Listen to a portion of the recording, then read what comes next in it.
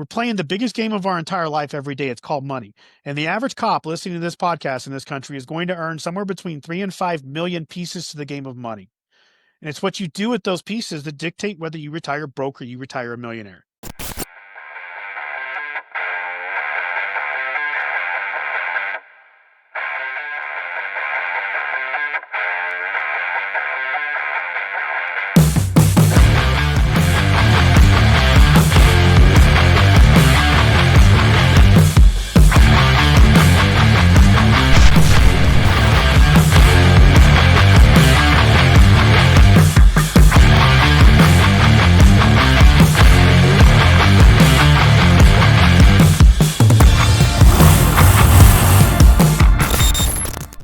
Hi, everybody. Welcome to another episode of the Blah, Blah, Blah Something Wellness podcast. We are wrapping up the month of money mindset, and we have awesome guests. We have a returning guest, and we have a new one. Even though he's new to our podcast, most of you guys should know him because he has been, anytime we talk about money, we're like, you guys got to talk to Nick. And so we have Nick for you. So with that, I am your host, Tami Sharp. I'm going to have Vin introduce himself, and then Nick, you get to do a whole intro and backstory of who you are.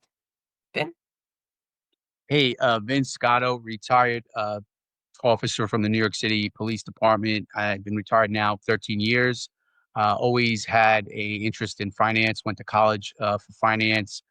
Currently, when I'm not working with law enforcement coaching as a coach, I do a lot of things in the financial space for myself and my family, technical trader and avid market enthusiast.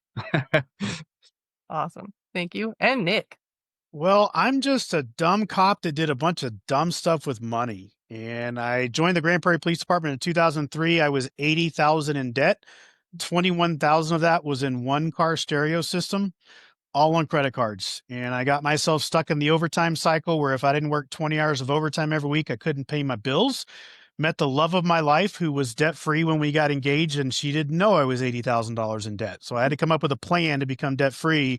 And I fell in love with Dave Ramsey's debt snowball, and I used it to pay off all $80,000 in 24 months. And from there, when you become debt free, you're supposed to go invest. So I went and met with a bunch of financial planners that talked to me like I was an idiot, big fancy words, big fancy brochures. So I told my wife I had to go learn the stock market. So I self-taught myself the stock market, Vin, very similar to probably what you did. And all my officers at Grand Prairie started asking me questions about it. And fast forward to 2011, I got asked by my chief to develop a first responder financial wellness class that we've now taught approaching almost 50,000 first responders from over 4,000 agencies across the country. Gave up my sergeant stripes and became a financial advisor in 2016, left law enforcement full-time in 2017, and then in 2018 said, you know what? I just don't agree with how some of these financial institutions out there are working, and I want to do it my way, which was not the way of the financial world. So I created Financial Cop, and so we're also one of the largest privately owned fiduciary-only financial planning firms. It's, when I say privately owned and operated by first responders for first responders as well. Awesome. Well, that's impressive. Kudos. Thank you. So we've had a lot of conversation over the past month. And I know, thank you again. I thanked you off camera, but thank you again for actually watching the episodes. That's amazing. To the audience, listen and watch the episodes. You'll get some information. Before we get into all of that, because I know there's some points that you wanted to hit on with those, but let's go back to your guys' baseline. So let's go back to when you were baby cops. You just said you were a dumb cop that didn't know anything and you screwed up. I think we've all been there. We all learned the hard way a couple times. I definitely have. I've learned a lot of continue to learn hard lessons. Vin, what was it like for you in the beginning of your career when it came to finances? So I didn't think this was going to come up, but I went to college for finance, so I had and I worked in New York City, downtown. While I was going to college, I worked at some of the financial firms, so I understood the market a little bit. I had, friends from college that were really, really into the market, so I had a general understanding. Fast forward when I came on the police department, I decided to go in that direction. instead of getting into investment banking and things like that. We had gotten hit with a recession, and my dad's very conservative. He's a retired officer, and he said this could be a good career path. You can always pursue the other things. So I always had that in the back of my mind. Now, while I'm active with the New York City Police Department, we have what's called the deferred compensation plan. It's like a 401k. It's called a 457. So I got into that right away. And kind of like what Nick said, I would speak to other cops and say, hey, listen, you need to do this. You get triple bang for your buck, basically. It's a forced savings plan, the capital appreciation of the money working for you, and then it comes off the top. So Nick mentioned overtime. If you're an overtime person, they crush you with taxes. You're in a different tax bracket. So if you're able to contribute to that 457, it lowers your tax bracket and you keep more. So to me, that was attractive. And that was kind of the beginning of getting, I guess, more intimately involved with finances. I just wanted to say one last thing. Nick mentioned his chief, our commanding officer, inspector. We would get on as rookies, we would get scratches. They would come in on your post and they would, verify that you were there, and they would sign your memo book. On the fly sheet of the memo book, I had all kinds of calculations figuring out the amortization of my deferred comp 20 years down the line, how much I would have based upon a certain percentage of interest. I know that's like nerdy stuff, but one night they see the fly sheet and they see all these calculations. And he asked me, he goes, what are you doing? I said, oh, I'm just kind of calculating what my deferred comp's going to look at like in the future. And they laughed and they're like, oh, whatever. And he signed my book and he went on his way. But with that said, I always had an interest in it, and I would help other officers along the way. Just kind of sit down with them and really kind of beat it into their head. Hey, you got to do this. For me, money is rooted in a lot of psychological aspects in your upbringing. And mine's no different. My mom was in the retail industry her entire life. My dad was a paint contractor. We didn't exactly live a life of luxury. I mean, my parents worked their butt off to make sure me and my sister had everything we could. But I always noticed that, my friends were getting, I don't know if you guys remember, I'm going to date myself, the Z Cavaricis and those kinds of things. And One pair. yeah, and for those of you that don't know what those are, just remember, look up MC Hammer and you'll know what we're talking about. And so I got out of high school and I started working my butt off. And one of the things I inherited from my dad that I to this day am thankful for is a work ethic like no other. And I was never afraid of work. And then all of a sudden I started making a bunch of money. And then I go into law enforcement, and we do like we do to all of our recruits now. We turn them into lottery winners, and we give them more money than they've ever made in their entire life. We give them access to unlimited overtime. And then we scratch our head and wonder why they do stupid stuff with money. Well, we don't teach them about this stuff in high school. Our parents generationally don't like to talk about money to us. And then we get into the law enforcement side of things in the academy, and we don't talk about it at all. And so I don't know about you, but if you come from a situation where you didn't have a lot of money and you have a lot of money, what are you going to do? Well, the first thing you're going to do is probably buy 4 brand new tires or do stupid stuff and put stereo systems that are worth $21,000 in your car. And so that's how I learned about money, was doing stupid stuff, not because I was stupid, because I didn't know any better. Well, and that money mindset and the rooted in your upbringing, that's why people are like, I can't wait until I win the lottery and I am a millionaire, and then they win and then they're broke within a year or two because they had no training, they didn't reach out, they blew it because it's like, oh, and then they're back to that because a lot of it's psychology. Yeah, we do a So lot of crisis coaching for first responders in financial crisis, and I get to teach for concerns of police survivors and those spouses of fallen officers that become lottery winners. Most people don't realize that the vast majority of them are broke within about 4 or 5 years because it's the exact same concept. So you mentioned about family dynamics and kind of rooted in that with your discipline, but you kind of went astray because you were making this money and you didn't really know how to handle it. Let's say you were young, like, right? We've all been there.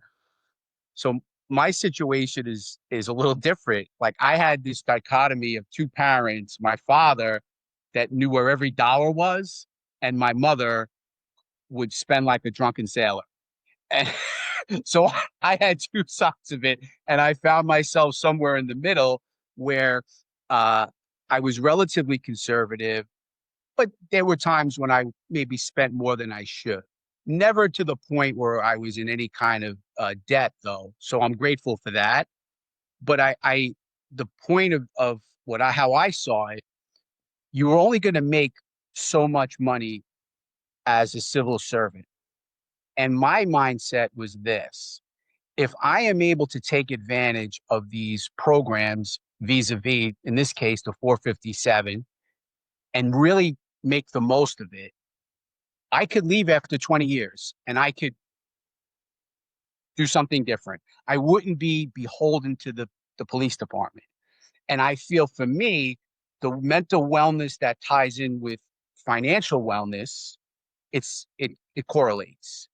And I feel throughout the trajectory of my life, even now, when I feel I'm a little flush and I have a little bit more, it gives me this sense of calm and peace. Not that it ends there, but when you talk about debt and you talk about that cycle that we go through in a law enforcement career, it's hard enough. Now add the financial strain.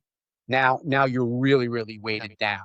So I kind of recognized that early because my dad being police, and he would share with me some of the stories of guys that found themselves in some financial straits, whether it be through gambling, alcohol, you name it. And it all kind of came together and their financial life fell apart as well. Yep. I mean, I don't have statistics behind this, but I mean, so in Texas, every chief of police has had to go through our training. And in the second version we talked about the discipline aspect and how I'd be willing to bet about half of the discipline issues that you see are financial related. Right? We got cops sitting in jail cells because they defrauded the officer next door program, or they falsified an overtime sheet to get a few extra dollars, or you name it. And then talk about the stress aspect of it. Let's face it, we lose more of our brothers and sisters in this country to suicide than we do in the line of duty. What are the top two reasons for suicide in this country? Relationships and money. What do we suck the most at? Relationships and money. And so it is, I still deal with in some states where I come in and they're like, finances and wellness. And I'm like, 100%, this entire thing it's a very big circle when it comes to finances, physical fitness, your nutrition, your mental wellness. It all works together, and thankfully we're starting to address all those together. But we've got to understand that they are a big piece of a puzzle that has to fit together. And you mentioned something earlier, Nick. Oh, sorry, Tami. And it totally resonates with me. And I've been saying this for years. Never mind the police department. We were never taught this stuff in high school. And have there been families that maybe they were a little more financial savvy and taught their kids? I didn't come from that. And it sounds like you didn't either. And it was something that we had to learn over time. And to your point, sometimes the hard way. I'm at the point that the lack of education that we get for stuff that actually sets us up for success. So I'm in the process of pulling my daughter from school and homeschooling her.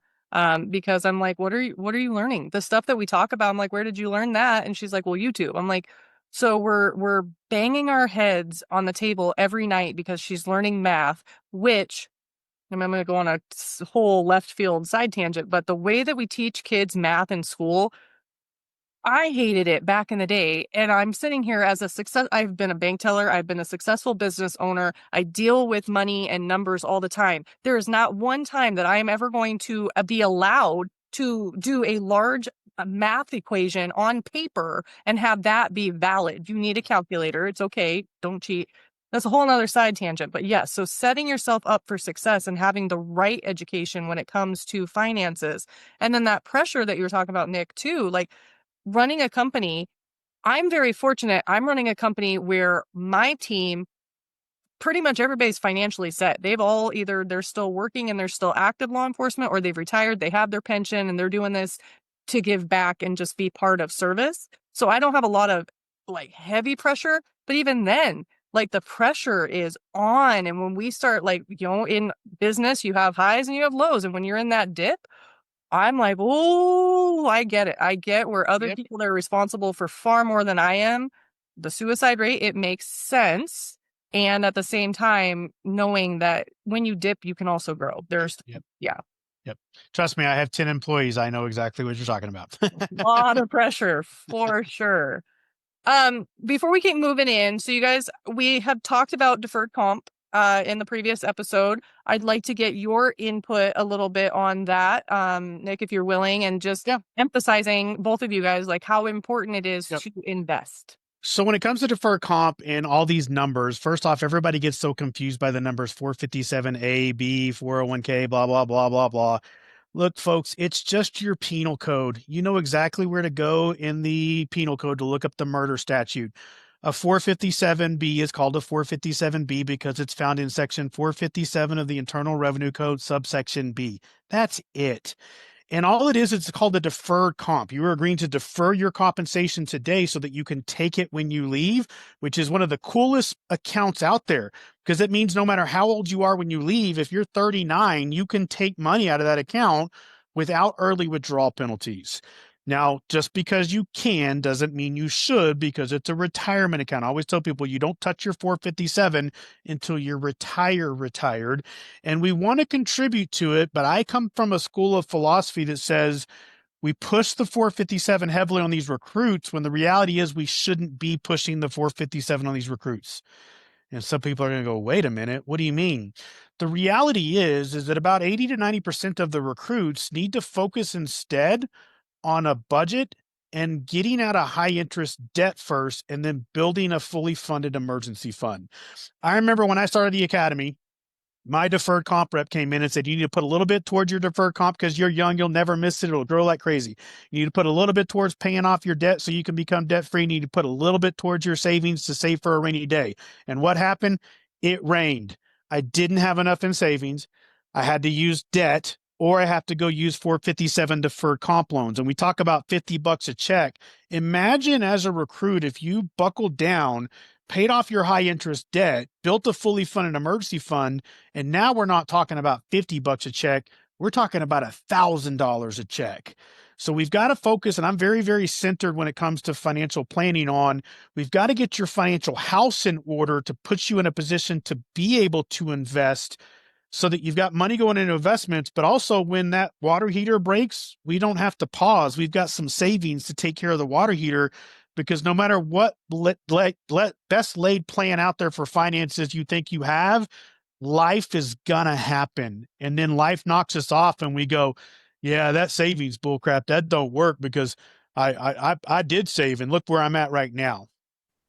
So if I can just, and this is not a debate, I understand exactly what you're referring to. If I can just clarify a point, everyone's situation is going to be different. So you might come into this profession without debt. You might be a 22-year-old kid leaving your parents' home, and maybe you're still living at home. So it's going to be a situational thing. I think you Yep. can agree with that. Oh yeah, 100%. The only thing I would say, Nick, and not to disagree with you, but just to add a caveat, is this. I think human nature, when we put anything off and we say, well, we're going to take care of this first, to your point, you just said it, life happens. I'm a proponent of figuring out a way where you could do everything you just said and additionally figure out a small percentage, maybe not right away, but that would have to be in the plan.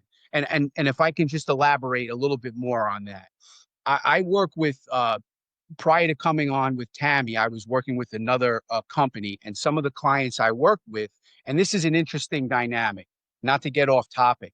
They wanted to speak to me because I had a background in financial services. But no sooner did we uncover that and peel those layers back, we start getting to the root of some of the other issues as it pertains to their career in law enforcement. The financial piece was just an opening to get that comfortability. And you've experienced that. I'm sure you've heard a lot more than just the X's and O's of finance. You've gotten into the nitty gritty of careers and whatnot, right? But one of the things I would say to them, and I think you'll agree with this, and I don't take credit for this. I don't even know who said it. Maybe it was Buffett. I don't know. You have to learn to pay yourself first, right? 100%. Yeah. So that's where I feel the 457 is a key component. So when you have this, after taxes come out and you look at your money, what goes to your rent or your mortgage and your car payment, but you have to pay yourself too. Yep. You have to look at yourself as a bill. And also, like you said, the emergency funds, and the other things that you discussed. Yep. Here's the beauty. We actually start our class out with talking about how there's no cookie cutter approach. We all have different Exactly. situations, and one of the big issues in the financial world is that I have some core of Dave Ramsey, but not all of Dave Ramsey. And so some people go, "Oh, you're just that Dave Ramsey guy." I'm like, I actually don't like everything Dave Ramsey says, and the problem is we get too center focused on one guru, and we actually have to go. You know what? I like this about Dave. I like this about Susie. I like this about Robert Kiyosaki. I like this about Grant Cardone, and pick those things that work best for us. And I agree with you 100%. The only thing I'm hardcore on is I just don't like putting money into investments when we have high yield or high interest credit cards. Understood. Yeah. But the Completely rest of understand. and I always tell people there's more than one way to skin a cat. If you want to start saving for your 457, that's fine, but at least pay those credit cards off that you're paying more in interest than you're going to earn in the market, and then kind of ease into that aspect. But it's always what makes you feel most comfortable, because that's the beauty of finances is if you're talking to somebody and they're like, it's my way or the highway, you already got red flags. You have to cater everybody's individual situation to what they're comfortable with. Exactly. Well, so with the emergency fund, the rainy day fund, do you have a recommended number that should be? I typically like 3 to 6 months worth of living expenses. I don't necessarily go all the way up to 6. Sometimes I'll tell people, let's go to 3 and then let's start adding in some other things, like, again, the investing in those things, and then slowly work up to 6. And it depends on their situation, where they're at with things. My wife so I'm the nerd of my house, but I'm the spender because I like to buy stuff. And my wife is my free spirit, but she's my natural saver.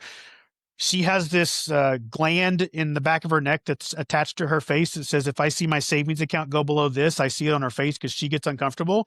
Some people are like, you know what, 3 to 6 months doesn't make me feel comfortable. I want a 12-month. And I always tell people, that's fine. You got to do what makes you feel most comfortable, except with an asterisk. I see super savers get into this mix of, I want a lot of money in savings for a rainy day. There is a threshold where you start to get to the point where we're spoiled right now because interest rates are so high in the money market accounts. That ain't going to happen very much longer. And we need to make sure we have adequate for savings, but not at too much to where our money's not working for us too.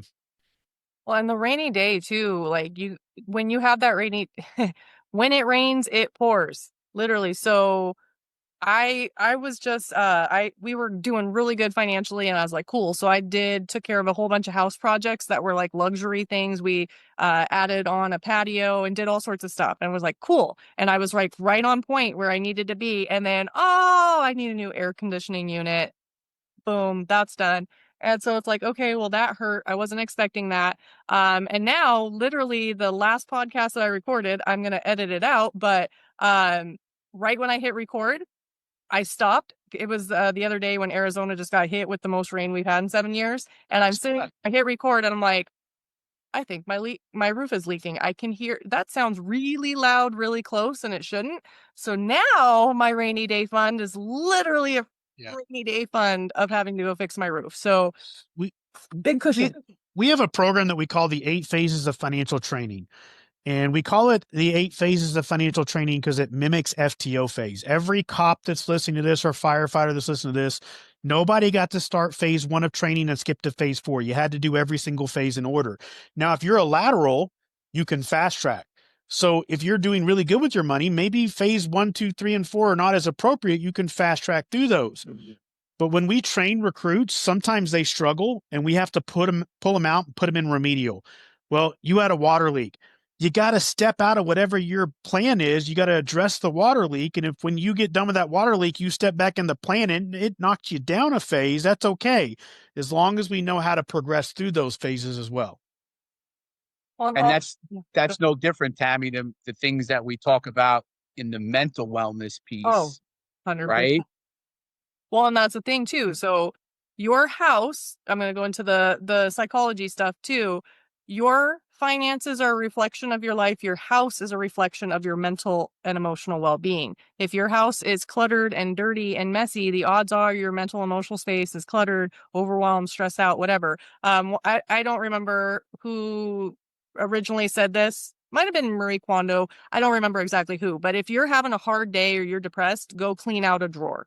pick one spot to go clean and organize. And when you do that, you'll start seeing that your life falls into place a little bit more. And that's the same with your finances too, where if you're stuck financially, I can go woo woo on you. We can go feng shui. Move some stuff around your house, because the odds are you have some stuck energy, some dark energy. If you really want to get in, I should have had a feng shui person come on here, but moving energy, getting rid of garbage, that can literally open up the energetic blocks for money to come to you as well. Also, having crickets in your house. Oh, we got you. Look it up. Yeah. Look it up. What's the meaning for that one? Crickets bring money. They do. Oh, my backyard should be wealthy. They don't do a good job of sleep though at night. No. Mine stay in the garage. So, Nick, do you come from like very like left brain analytical, or can you go a little like woo woo on the energies of money? I do the energies. I'm very left brain dominant. I'm very puzzle piece oriented. I was the fleet coordinator, which is the biggest puzzle piece you can put together at a police department. And then, of course, because I'm a nerd, I retired as the intel sergeant, which I hated because I'd never been in a cubicle my entire life. I always loved being on the streets. But I will say one of the things that becoming a financial advisor has really helped me with is the focusing on the left brain, but incorporating the woo-woo side as well to go. And I used to be very, very hardcore one way, my way or the highway. I used to be hardcore Dave Ramsey. And I look back at that time and I realized because I hated credit cards so much because of the damage they did to me. And I had to retrain my brain to recognize that credit cards are a tool, not a toy.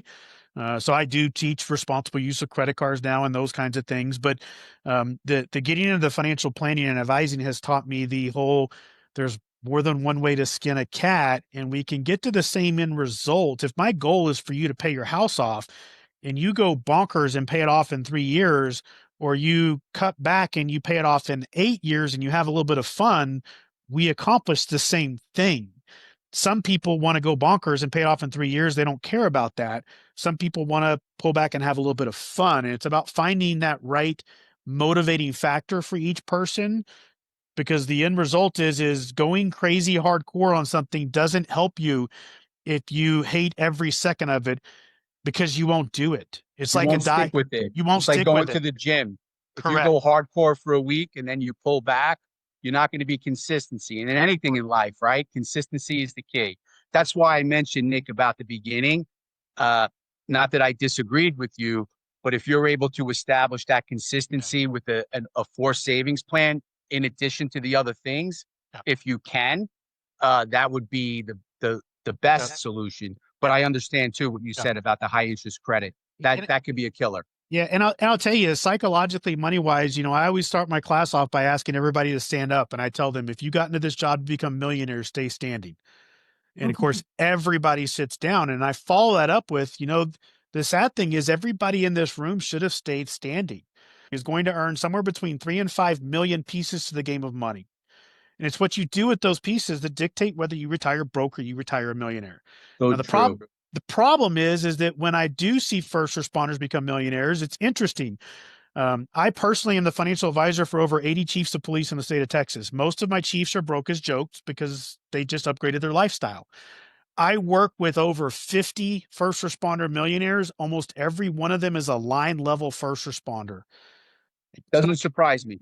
Not your salary that makes you rich. It's your spending habits. I had a records clerk a couple years ago that never made more than $30,000 a year in income, $850,000 in her deferred comp account. Right? That's what we got to look at. You look at the stats of millionaires. The average millionaire in America never inherits a dime of money.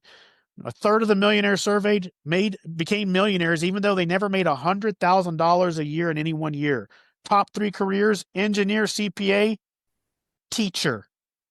Half of those teachers, by the way, were married to cops, because we love our teachers, dispatchers, and nurses. So money is not difficult. If you want to master money, you only have to master one topic. It's called discipline. So I have a question for you. So in the entrepreneurial space, the millionaire guru teachers say that you should have at least 7 streams of revenue coming in at any given time. Now, how does that translate over when you're working in the first responder and you're getting a paycheck? How do you diversify so that you have not all eggs in one basket? A lot of there are some entrepreneurs that have become super successful by creating multiple streams of income. But when you have so many streams of income, a lot of times it becomes difficult to become good at the best one. And I have one stream of income, right? I don't need to diversify my income per se. It's a very lucrative income. Now, we may make a lot of money, but we also give back like no one else. I just crossed this weekend over $350,000 in nonprofit donations in the last 4 years. We give like crazy too. But sometimes when you overcomplicate your life by creating multiple streams of income, it doesn't allow you to become super focused on one. I used to have multiple rent homes. I loved rental real estate. It was great. Everybody goes, "Why did you sell your rental homes?" Because it became a brain steal, because it was part of my day I had to focus on, when this is what I should be focusing on. I'm a bigger proponent of when it comes to becoming an entrepreneur, and I do a ton of business coaching for first responders across this country. I'm a big proponent of when it comes to becoming an entrepreneur or leaving law enforcement, focus on what you're most passionate about. The money will come if you do. Right. 100%.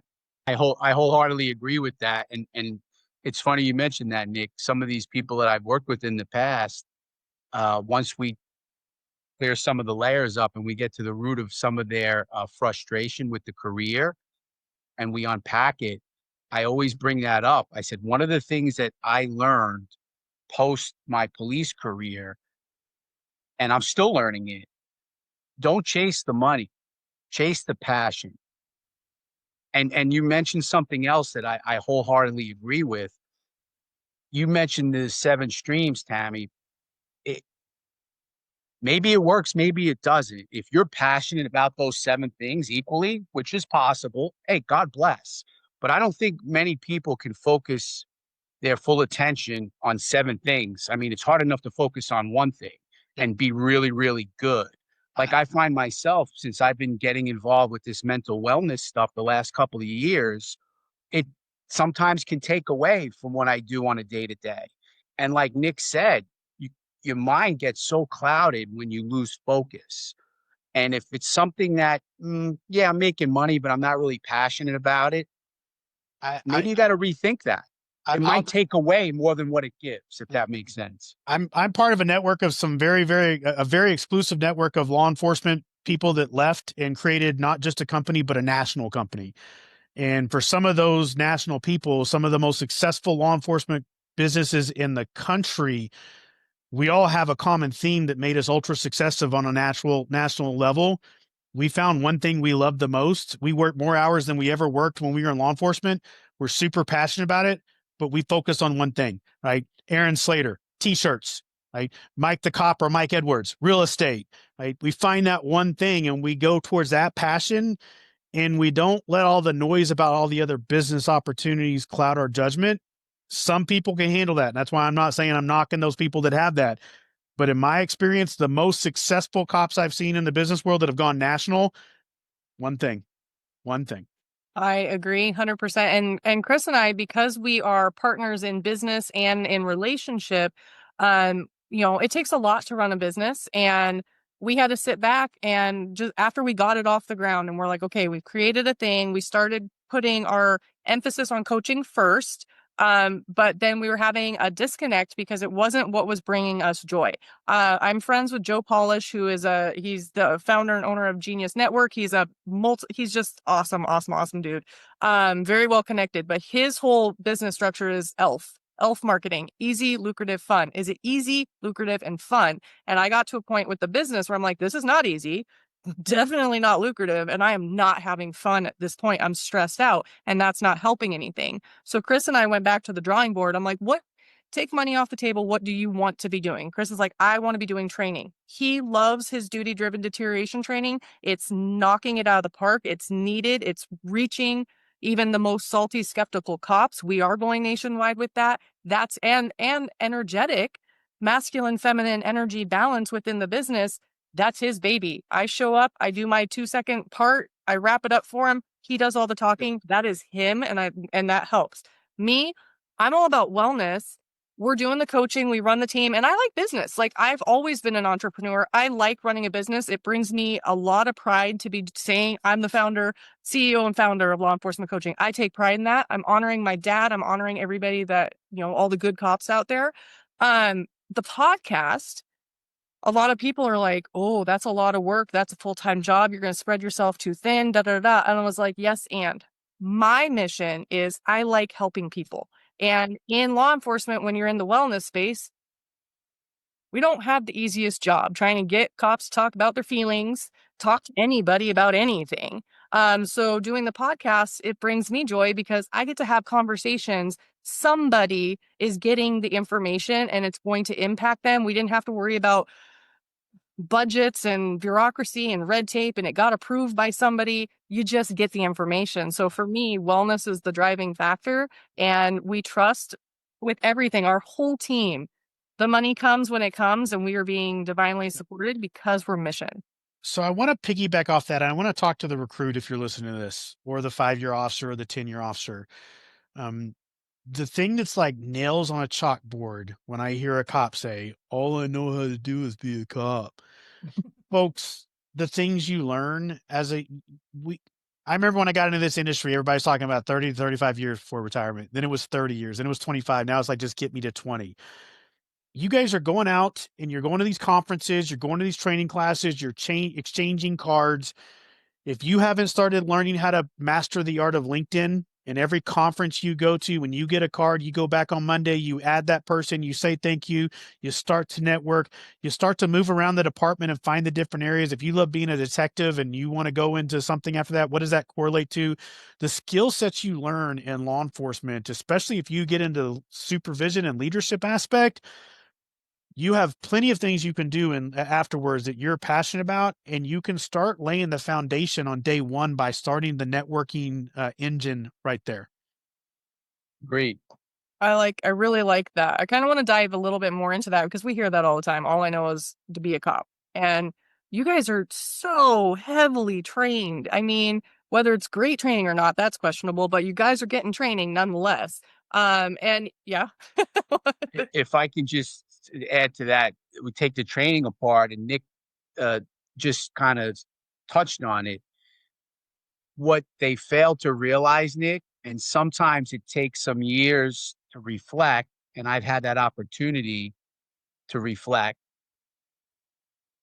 the skills, the people skills, especially if you work in a big city or even a small town, the one-on-one conversations with people, how to approach people at their worst, at their best, different things you learn that you don't even realize you're learning that could be applied into life after law enforcement, tied in with your passion. And I think that is not spoken enough. And it's a good thing that you're doing that that's part of your mission with this, to identify that, to let them know, hey, there's more to life than law enforcement. You're more than just this uniform and this badge. So I have another soapbox item I want to hit on that actually ties us into the money aspect, and that's the other aspect is we keep talking about money mindset and retirement and all that aspect. We've done a phenomenal job in the wellness space, but there's a few of us national wellness speakers that are starting to pound a really big drum. When are we going to start bringing our spouses to these trainings too and getting them involved as well? Because you can't win with money if you can't have your spouse involved, and you can't win at mental wellness if your spouse isn't on the same page with this. So we talk about, how do we talk about money to our cops, but we also need to make sure and not forget that we also need to do that in conjunction with our spouses. Sure. Thank you. That's so true. And that foundation, that foundation at home is crucial. Crucial.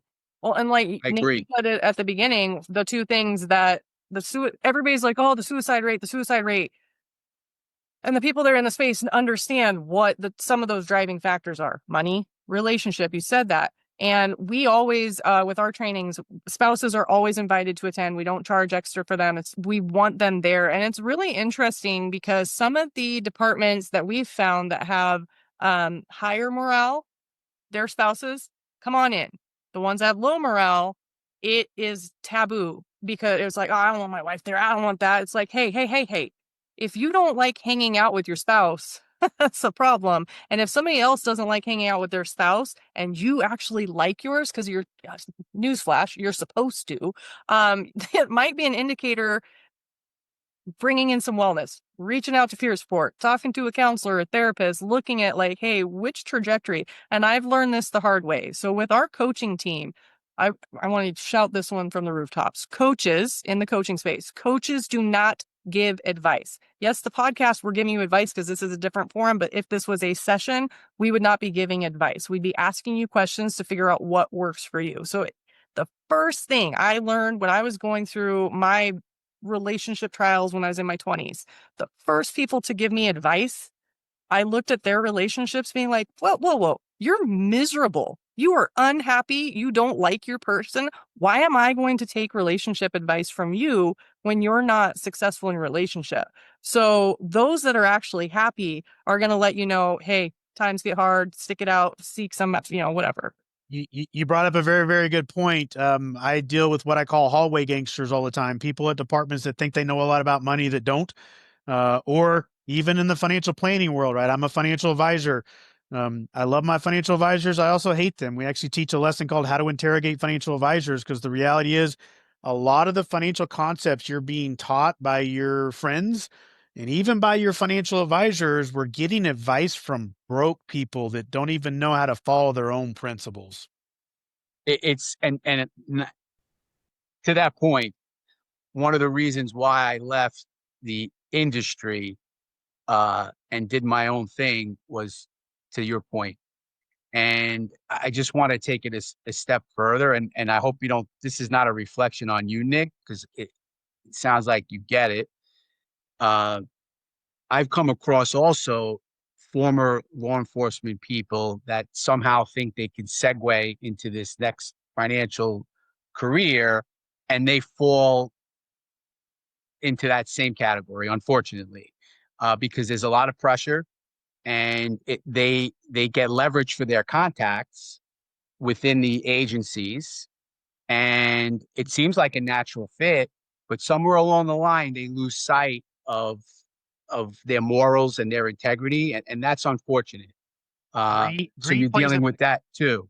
Greed plays a big part of the industry of the financial world. The entire marketing is designed to keep them greedy and not give back and to always be in sell mode. It's why I went independent. It's why we at my company, we do no financial advising that results in a commission in any way back to us. Yeah. And it's because of that fact of it. I don't care how moral ground high you are. You start looking at a product and you're like, holy crap, I'm going to make $42,000 if I sell this. Thoughts start creeping in your head.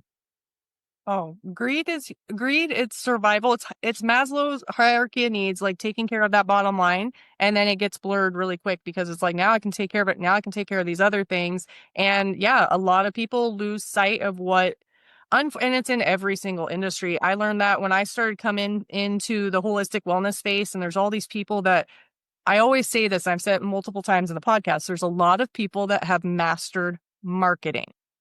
That is in itself an entire industry. But those that are coming in with a service, I would almost like, there are the ones that have mastered marketing and then kind of go scroll down the Google search rank a little bit and look for those that are sitting in like the 4th or 5th spot. They're the ones that are probably actually really good at the service, but they haven't figured out the marketing piece. Those first ones that come in that pay to play and have all of this hype around them, that's a different business. I could go on. There was a lot of gurus and millionaires that I ended up visiting them, and it's like, wait, you're working from your, like, this is a nice set in your mom's garage. Yeah, we got a whole lot of rock star wellness instructors out there that are really good at pyrotechnics and all kinds of fancy stuffs and getting paid tens of thousands of dollars. But I forget who it was. He works for Lighthouse Wellness. Posted on LinkedIn a couple weeks ago. And he's like, you know what? Yep. What, how do you know you're doing, you working with the right people? And I actually added something to that. And I said, He and I spoke on the phone. Yep. I said, you're working with somebody in the wellness space that does the right thing. When they do the right thing, even if they find out they're not going to make a dime for it, and they still do it because it's the right thing. 100%. So The only reason why I brought that up, not to disparage anyone out there doing the right thing or to take shine away from anyone. I think it's very important that the people that are listening or the people we communicate with as it pertains to the financial wellness piece of their lives, that they shouldn't be discouraged. But like you said, you have a module where it's interrogate your financial advisor. They have to advocate for themselves, just like in any aspect of life. Yeah. Don't be intimidated by asking questions. You know, it's kind of like our parents' generation. Well, the doctor knows everything. Yep. Yep. Maybe not. If you're Maybe talking to not. if you're talking to somebody about money and financial wellness, the minute they start throwing out words that are over your head, they've lost you. We got to dumb this stuff down. I teach the stock market in my class by showing pictures of boats. We talk about, who loves learning how to do a budget, right? How dry can you be with that? We teach a budget like a SWAT raid. You do your ops plan before the month begins. You debrief throughout the month. You do an after action, right? I always tell people, I didn't dumb this financial world down because we're dumb. I dumbed it down because that's how I needed to learn it. Is how do we make this stuff make sense? And when people start showing you big fancy words and big fancy brochures and talking about all That's a kinds red of flag. Sharp ratios and blah, blah, blah, and I can do this, I'll tell you, and everybody's got their own investing philosophy. My company's investment philosophy is real simple. It's called the KISS principle. Keep it simple. I was just you took the words out of my mouth. I was just going to quote Ray Kroc. Keep it simple, stupid. Anybody that starts getting exotic with their financial planning and exotic things, I just know that when you keep it simple in the financial world, it's never failed you in the entire world. Well, and those for the audience that are listening that are learning about, balancing and trying to figure out where to even start. Don't be afraid to ask questions and slow it down. So here's the other thing where, the balance between sales and marketing versus people that are actually trying to help you. I said this before too. If somebody's trying to sell you, they're going to talk a lot really fast and you're not going to be out. They're going to try to win one over and whatever. Slow it down. And if they're not able to break it down so that making sure you really get it, and it's not, people get so insecure of like, well, I don't want to come off like I'm stupid or I'm dumb. Even off camera, right before we started, these two started talking like all ABCs. And I'm like, whoa, whoa, whoa, whoa. I have no idea what you guys just said. I don't know. And I don't mind saying that. It's okay to be like, slow it down. I need to make sure that I understand this. So, Yep. And then if you have somebody that's not willing to slow it down and you still don't get it, take a beat. Do not sign anything. Go talk to someone, get a second opinion, third opinion. Yeah. So, my 2 cents, because I hate that. You should be, when you're working with a financial advisor, you should be talking to 2 or 3 to interview anyways. And you should adhere to, don't go, I'm endorsed by some of the biggest groups in the entire country, right? I tell people all the time, it's great. I'm endorsed by XYZ name, whatever. That doesn't mean anything, right? My favorite quote from Ronald Reagan, trust but verify. You don't go with somebody because your buddy tells you to go with somebody. You don't go with somebody because they're endorsed by this association or that group or that group. They need to be a right fit, but then you should still trust but verify what they're saying because that's how you build the trust. 100%. Oh, sorry. No. I don't want to take the wind out of your sails, Nick. I hope you don't take it this way. But there are some people too that when they get up to speed, they crawl, they walk, they start to run. They don't necessarily need a financial advisor. I'm not saying that's the case for everyone. Everyone's 100%. situation is different. There are some people that have enough knowledge and confidence in themselves to do it. Some people have that and don't want to do it regardless because Yep. they're focusing on other things, and that's okay too. So I only want to share that because I want people to know that you can learn and apply it yourself. Yep. Without having a quote unquote financial advisor. I always tell There's a people if path for that. I always tell people if your AC goes out and it's a capacitor and you know how to change a $5 capacitor, are you going to pay an HVAC person to change your capacitor? I've had many people in my office where we start going through things and I've literally looked at them and go, why are you here? Do you know how to do that? Because I don't. I might need to ask you about that. I'm like, you know what you're doing. And sometimes it's like, I just wanted to get a second opinion, but I didn't want to tell you that because I didn't think you talked to me. And I'm like, you've got my cell phone, text anytime. There's absolutely no reason for you to pay me to do what you know how to do. Yeah. Now, I'll tell you, that's where you start to recognize people that are in it for the right reason as well. Well, and it's also Right. the equivalent Or to not. Yeah. having a personal trainer at the gym. Like, there are people, you said it in the very beginning, discipline. There are some people that are very disciplined. They can get their workout, they know what they're doing. And then other times too, you may not need a financial advisor for a long time, but for us right now, like, I'm just a heads up, I'm going to be talking to you off camera. We've hit a certain threshold in business. I'm looking to hit a new one that we've never done. I've never personally done it. So guess what?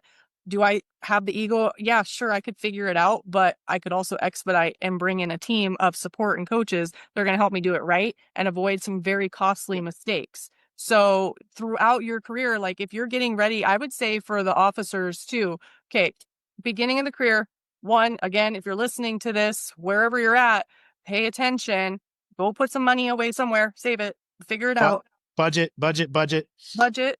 And when you're hitting that 10, 15, 20-year mark, you might want to check in with a financial advisor just to make sure you're tracking. Like, hey, I did all of these things. I had deferred comp. That's one of the things that with our business, one of the first things I'm like, we need to hire a CPA. We need to hire a financial advisor because Chris is, and like let's talk about this really quick. Taxes on retirement and pension and all, you have all that money. Nick, I'd love to hear from you. How do you not get raked over the coals with taxes? That's where it depends on, again, your situation. One of the things I hate about CPAs is CPAs a lot of times tell everybody to put your money in pre-tax accounts.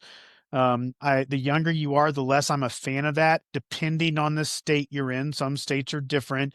In a lot of states, that advice isn't as good because of the fact that we have this thing called a pension and now Social Security coming into play.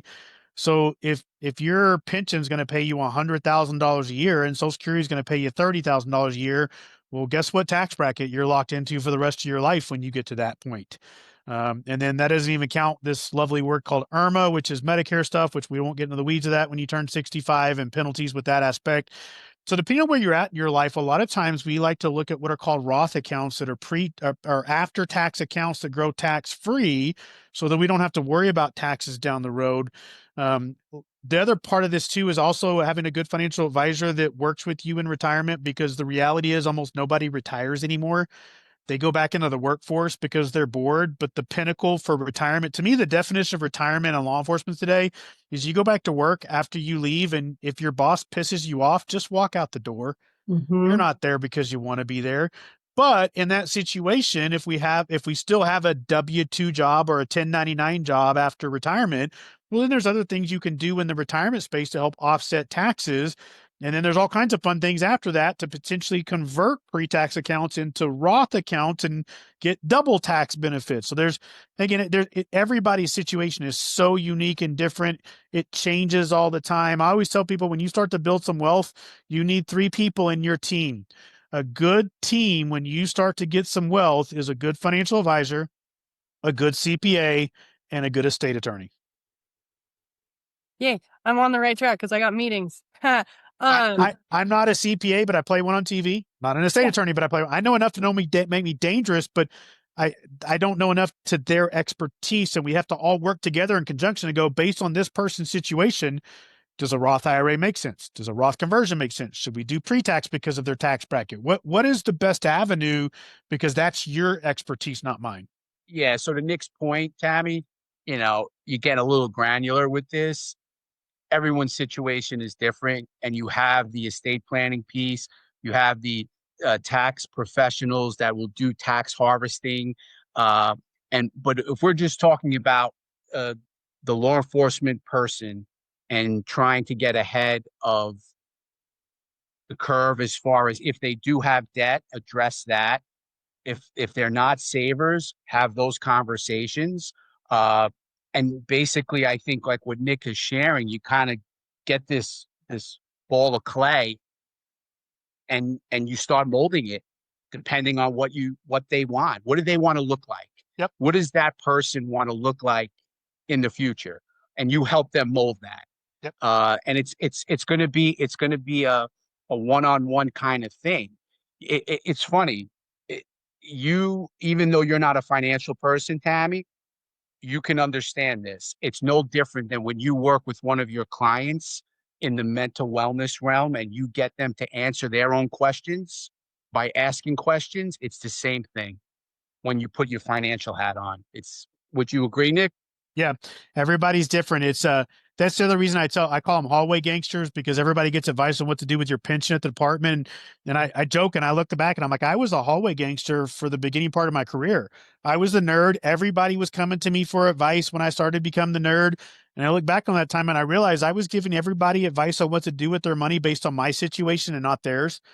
And you put 40 cops in a room, you have 40 different financial situations going on, and you can't do the same thing for all 40 of them. Just like when you meet with somebody in a counseling type situation, what happens in the first 3 or 4 minutes is going to take you down a completely different path than the person before you or the person after you. It's so independent to each person. 100% cannot agree enough. That's what even within the departments, we work with departments that are literally in each other's backyards. Every culture is completely different. They could go to the same call, same thing, everything internal. You have to work with people that are going to take a customized approach. And again, I say it, slow it down. Slow everything down, baby steps, and really understand it. I'm going to date myself.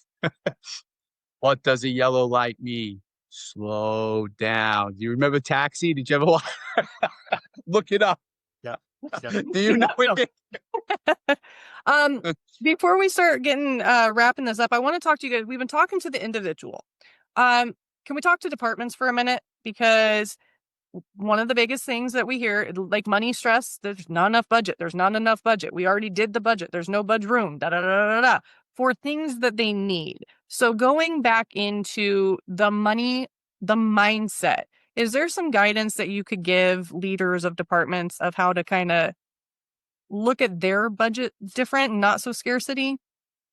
There is money out there for everything. The grants are insane. The programs are insane. The scholarship money is insane.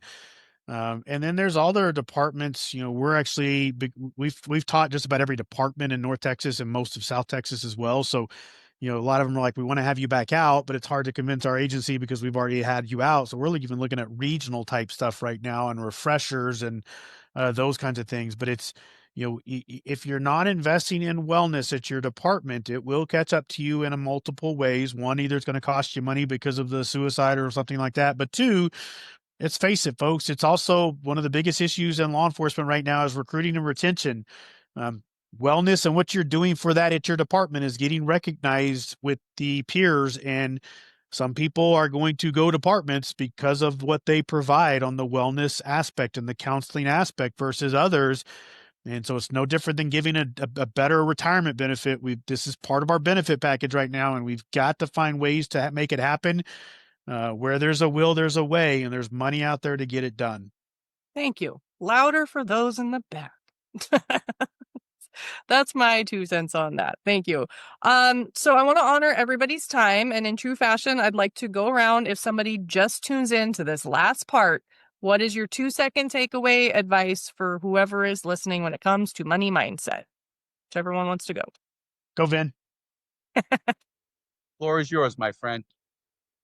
I start my class with quotes. I end my class with quotes. You can add money to this. You can add wellness. You can add fitness. You can add whatever. The first quote is, whether you think you can or you think you can't, you're 100% correct. And there ain't nothing easy about winning with money. There ain't nothing easy about losing weight or wellness. But the reality is, the magic you're looking for is in the work you're avoiding. Put the work in and good things will happen. Also, I love that. Thank you. Ben? My expression would just be pay yourself first. Just like you would pay any bill, you pay your car payment, you pay your mortgage or your rent. Find something that you're comfortable with based upon your situation at that time and contribute towards something, some form of savings, whether it be, as Nick said at the beginning, your rainy day fund, if that's the start. If you're able to do that and piggyback on that with some form of forced savings as it pertains to some sort of 401k or 457 or Roth, whatever it is, baby steps. No one was able to run right out of the gate, right? We had to crawl before we walk, and then we run. So pay yourself first. And I'm going to round it off with something that hasn't come up in any of these conversations and just occurred to me. So celebrate you and put some funds away to celebrate things. And it doesn't, when I say celebrate, that does not mean pop, a bottle of champagne and go all out. Celebrations can be anything. It doesn't even have to cost money. It's like, hey, I'm going to go meditate at a park for an hour. That's free, whatever. But we don't celebrate the wins. So say right now you're listening to this episode and you're $10,000 in credit card debt. And you're like, okay, I hear what they're saying. I'm going to maybe reach out to Nick or reach out to a financial advisor. I'm going to create a plan. I'm going to get out of debt. And then 3 to 6 months from now, you are out of debt. Don't just go right into the next investing. Like, I did it. Okay, moving on to the next thing. Pause. Celebrate that you just accomplished something. And, even when you're doing if you're paying off your debt, maybe take a couple dollars over here. When I get this goal, I'm going to go spend $20. I'm going to go buy a new pair of shoes or whatever it is for you. I had a client who, I won't go into her story, but her wanting to celebrate was just to make a homemade cake with her family. And that doesn't cost a lot of money. They did that. They had a whole family night and it was everything she needed it to be. So that is my last thing, is to celebrate your wins, whatever those are. Don't be humble, celebrate. And again, if you're tuning into this, go back this month, money mindset. That's huge. Financial wellness, stress, that is wellness. So go back, watch all of these episodes, reach out to anybody that you resonate with and get a plan to help make sure that you are financially set. So with that, thank you guys for being here. For everybody that's tuning in, this is wrapping up our month of money mindset. And then we move into retirement realities, which again, watch the money ones. Then we can talk about retirement, because the retirement realities, there's a lot to unpack next month. So tune in and thank you all for being here. Until next week.